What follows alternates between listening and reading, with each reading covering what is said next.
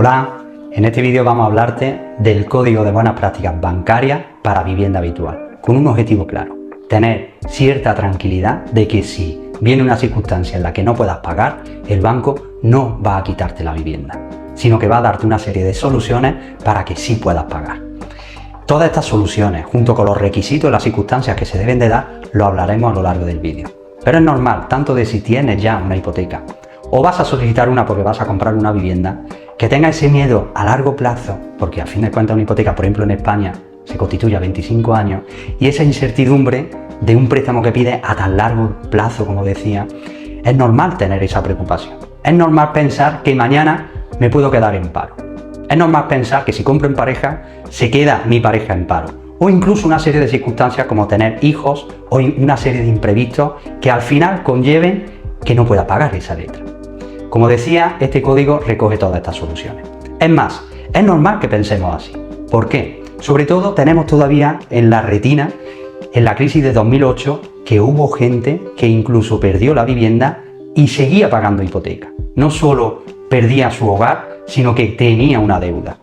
Precisamente por eso, el 9 de marzo de 2012, se creó este Código de Buenas Prácticas en un decreto ley, convertido en ley el 14 de mayo del año siguiente, de 2013, que en el 2019 la reforma hipotecaria ha aportado aún más soluciones, y con ellas, como ahora iremos viendo, podrás tener la tranquilidad de que si te llega esa serie de imprevistos, por ley deben darte estas soluciones.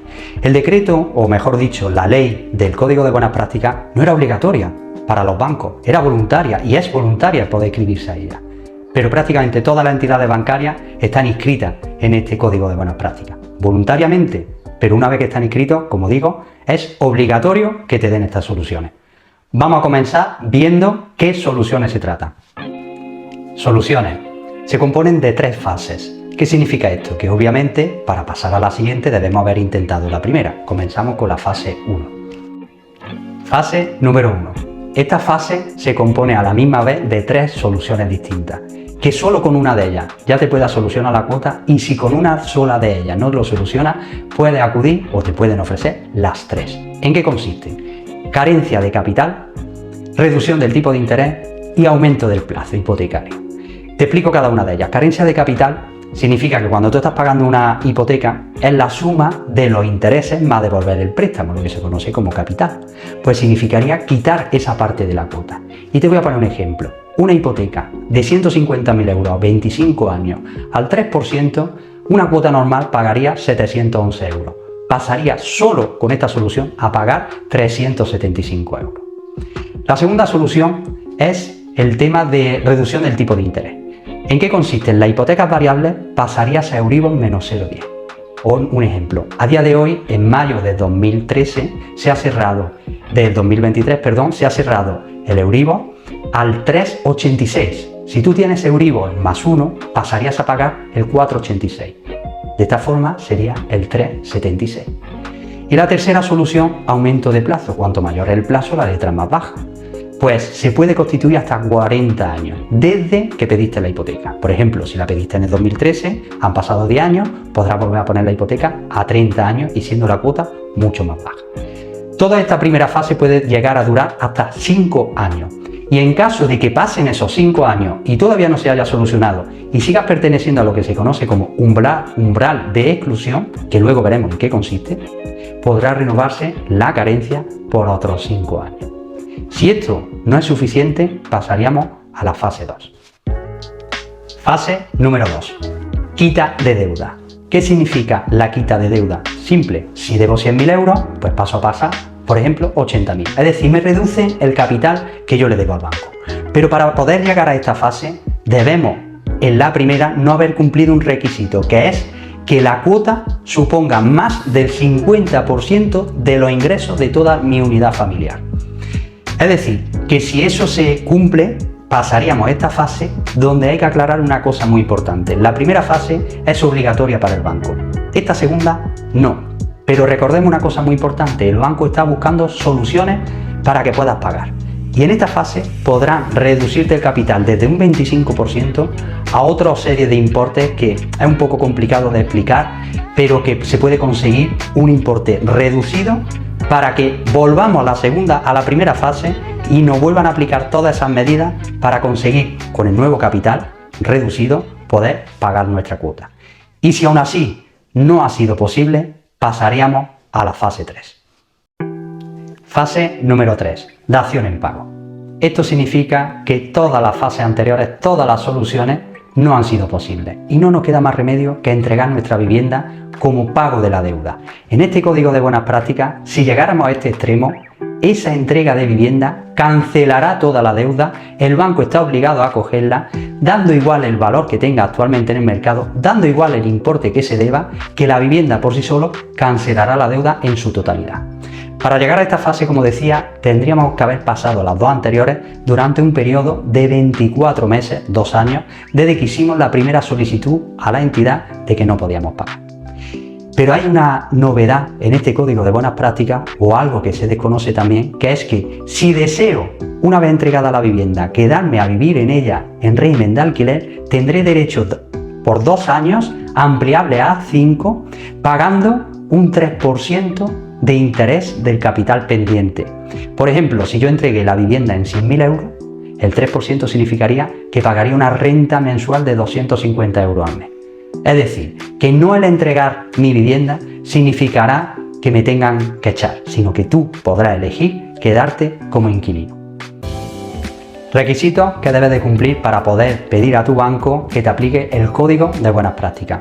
En su fase 1 te pedirá que pertenezcas al umbral de exclusión y para pertenecer a ese umbral de exclusión tienes que cumplir a su vez 3 circunstancias que te hayan ocurrido. Comenzamos con la primera. El requisito número 1 es que tus ingresos de toda la unidad familiar no podrán superar 3 veces el IPREM. El IPREM es un índice público de referencia a efectos múltiples, un rollo. A día de hoy, 1.800 euros. Podrá subirse hasta los 2.400, inclusive a los 3.000, en función de que padezcamos alguna serie de enfermedades o una serie de minusvalías. Al final del vídeo dejaremos un enlace de todo lo que estamos hablando para poder ver exactamente cuáles son esas circunstancias. El requisito número 2 es muy simple, que la cuota de la hipoteca suponga el 50% de tu ingreso. Por ejemplo, de los 1.800 euros, suponga más de 900 euros. Requisito número 3. Dentro de este podemos encontrarnos 2 tipologías. Que hayas sufrido una alteración significativa de tus ingresos, en verdad viene cuantificado con un 1,5 sobre tu carga hipotecaria, sobre tu renta, etc.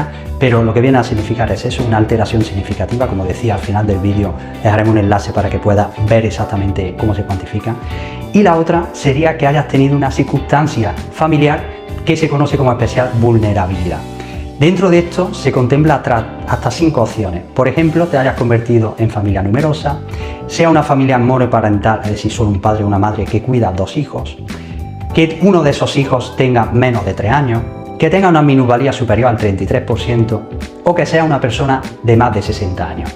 Cualquiera de estas circunstancias también te daría ese factor número 3. Bien, como hemos visto, para poder acceder a la primera fase, solicitar al banco que no puedo pagar, debemos de pertenecer a este umbral de exclusión y los requisitos lo hemos visto. Pero ¿qué pasa con la segunda fase y la tercera? Recordemos, la segunda fase es que podamos solicitar al banco que encima nos baje el préstamo o nos perdone parte de la deuda, y la tercera directamente entregar la vivienda porque no se puede pagar. Para acceder a ello, aparte de pertenecer al umbral de exclusión, se deben de cumplir los siguientes requisitos. Son 4. 1. Que no tengamos ninguna otra propiedad. 2. Que si no ha avalado a alguien, ese aval tampoco tenga otras propiedades. 3. Que la deuda en su totalidad haya recaído sobre nuestra vivienda, es decir, que no tengamos lo que se conoce como una doble garantía. Y 4. Si alguien ha firmado en nuestro préstamo como titular también, él debe de cumplir también ese umbral de exclusividad. Digo esto porque lo que hemos visto antes es la unidad familiar, pero puede ser que mi padre me haya avalado, no avalado, sino firmado de titular en el préstamo y él sí sea solvente, a él le podrían reclamar la deuda. Pues con estos 4 requisitos podemos llegar incluso a entregar la vivienda y quedarnos cancelada en su totalidad. A fin de cuentas, estos requisitos es que no tenga otras propiedades y que no tenga un aval solvente. Para finalizar, simplemente confiemos que os haya servido de ayuda para poder tener tranquilidad en ciertas circunstancias que se puedan dar en un futuro. Sí es cierto que no vale con que vayas al banco simplemente y te quejes de que la cuota ha subido mucho. tienes que reunir esos requisitos. Si es eso, que simplemente te ha subido, puedes renegociar las condiciones, incluso si no te acepta, cambiarte de banco. Nosotros estamos constantemente todos los meses dando ese servicio a nuestros clientes de cambio de hipoteca para mejorar pues, un variable a un fijo, etc. Pero para el tema del código de buenas prácticas, obviamente hay que cumplir una serie de requisitos.